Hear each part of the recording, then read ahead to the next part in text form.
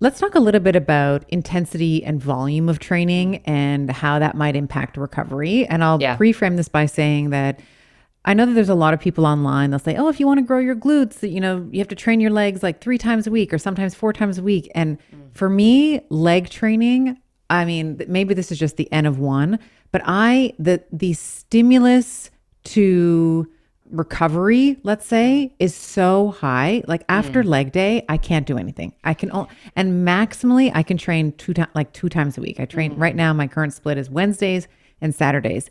Any more than that, and I have brain fog. Wow. I'm way too sore. It's crazy for Mm. me.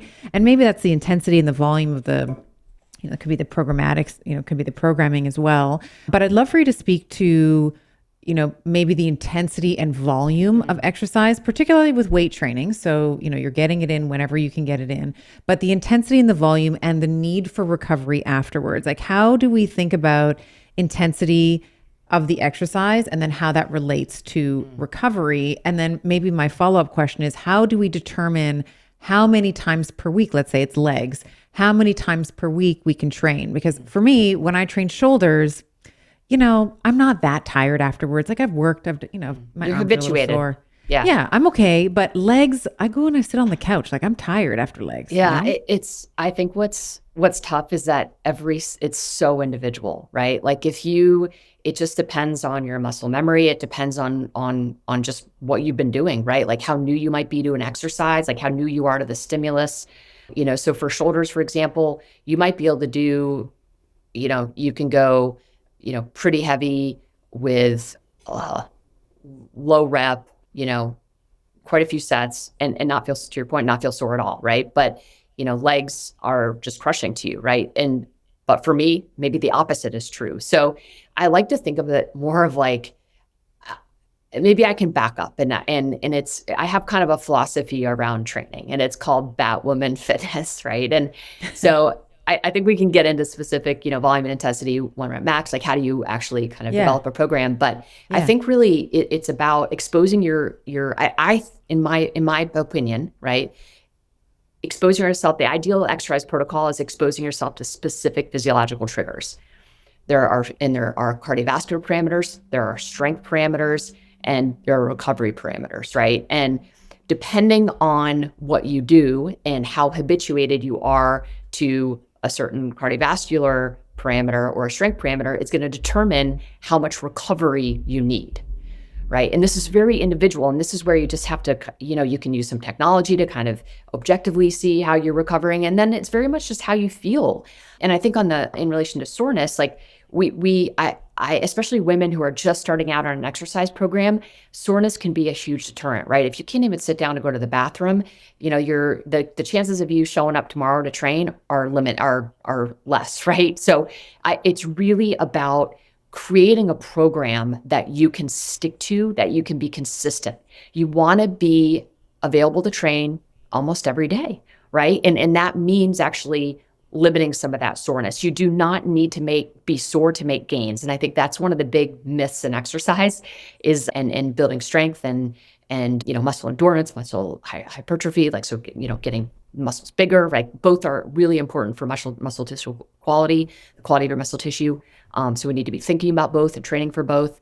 But I think we don't want to ignore the cardiovascular component, right? Because that's also really important.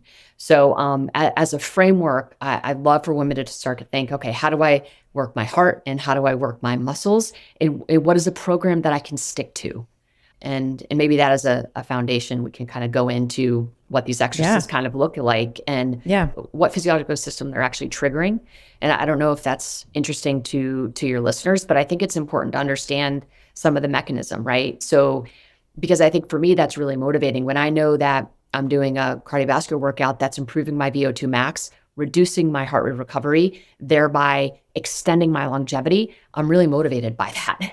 Like I know that, hey, this 4x4 protocol sucks, but I know that I am getting my heart is getting healthier. I'm getting more resilient. I'm increasing my immunity. I'm reducing inflammation, right? Which exercise is so great for. And you're also helping your resistance training days. Like, make no mistake, question. Yes. You are going to be better at leg day when you have better cardiorespiratory fitness. There's no question about that, right? Like I am going to be 100% stronger in the gym when when I have that, a good VO2 max, or, I've improved my cardiorespiratory fitness. So yeah. So I think, so tell me about Batwoman. This is Batwoman. Okay, Batwoman let's talk about that. Yeah. Okay. So cardiovascular parameters. So number one, we need to do a VO2 max kind of, max oxygen utilization day, which is a VO2 max, right? And you want to do this.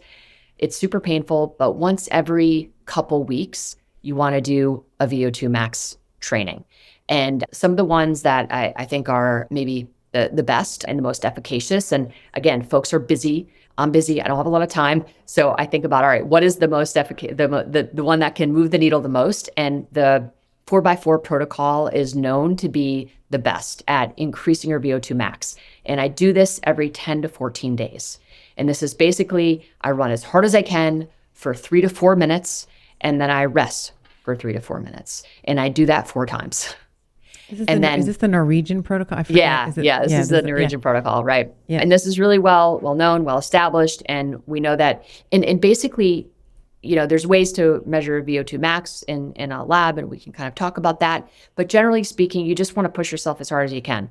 And if you have a way to look at your heart rate, you want to be in that kind of zone for that sustained period of time. So this is 85 to 95% of your heart rate max is kind of where. How do we know we're getting better? So we're doing this once every 2 weeks. How do we determine whether we're getting better or not? Well, you'll start to be able to push yourself a little bit harder. So I love doing it on the track. So I know that I'm trying to get, a couple laps around the track in that 4-minute time period. So if I know I'm getting less or more, I know I'm getting fitter. So having that distance is super, super helpful. So, and that's a great way to know kind of if you're getting thinner, more efficient at this gas exchange, which is really what we're trying to do. I like to do it on a bike. That's my preferred, because folks can do it on a bike. Yep. Yeah. Yeah. And in the lab test, you'll do it either on a bike or a treadmill. So I prefer running. I'm not really a cyclist, or I don't love bikes, so I prefer to run. But yeah, whatever you can get on, that where you can kind of do sustained level is going to do the trick. I think the second, really important cardiovascular parameter is sprint interval training. And if people follow me on Instagram, they know that I talk about this constantly, because it's the most effective at targeting the mitochondria, right? And we know that increasing the mitochondrial content and inducing those mitochondrial adaptations is super important, for our energy metabolism, which, just ladders up to all sorts of markers of health and longevity. So sprint interval training, which is basically, going, as hard as you can for about 30 seconds, and then resting, trying to get your heart rate back all the way down. So maybe a 2-minute rest after that 30-second effort. And again, you can see if you're getting fitter, if you want to, do like a 150 around a track, or a 200, you can kind of see how fast you can run that, on day 1. And then, you repeat that, 4, 6, 8 times. And again, you might only be able to do twice the first time. And then as you start to get fitter, you bump that up to 4. So you kind of increase your volume, maintaining that rest. And then you see, hey, do I get a little bit further? And that's how you're kind of getting stronger and fitter. And I think to your point, like your strength, as your cardiorespiratory fitness is going to improve your strength is going to improve your sprinting speed, right? So, sprint interval training is really important. It's also anabolic. I just want to say it's also anabolic. Yes. So like cardio, generally like the low intensity steady state, is typically catabolic, meaning it breaks things down.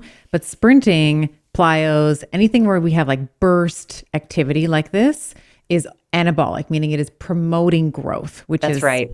To your point, like speed, power. Yep. You're going to build the muscles that you want this way as well. Yeah. And it's just, and you don't have to spend a lot of time doing it, right? Like you can get a really good workout in less than 20 minutes, right? And oftentimes what I'll do is I'll do a sprint interval training, and then I'll follow that up. I'll do maybe some weights before or after. So I do a little bit differently. Like I lift almost every single day, and I'm not spending a lot of time. Like I'll do, 20 minutes of lifting, 15 to 20 minutes a day. And I'll usually do something cardiovascular every day. So I really try to, and depending on what I want to focus on, I'll do whatever I want to focus on first. So if I'm really, I think to your point, like if I'm doing a leg day and that's my focus, I'm going to do legs first. And then maybe I do 3 reps of, hard sprints afterwards because my legs are really, kind of activated or primed. For me, that works. But for you, you might have to flip it and do your sprints first, get your legs activated, knowing that like legs really crush you. Right. So I don't think it really, from an adaptation perspective, I don't think it really matters. I think it's that, you sequence it a way that makes sense and fits into your schedule. But I think that's also a myth that we can't do both on the same day. I have been doing that for years. My athletes that I trained at Princeton at the collegiate level, we did that for 13 years and we kept everyone healthy and safe and really, getting incredible adaptations, both musculoskeletal and as well as cardiorespiratory.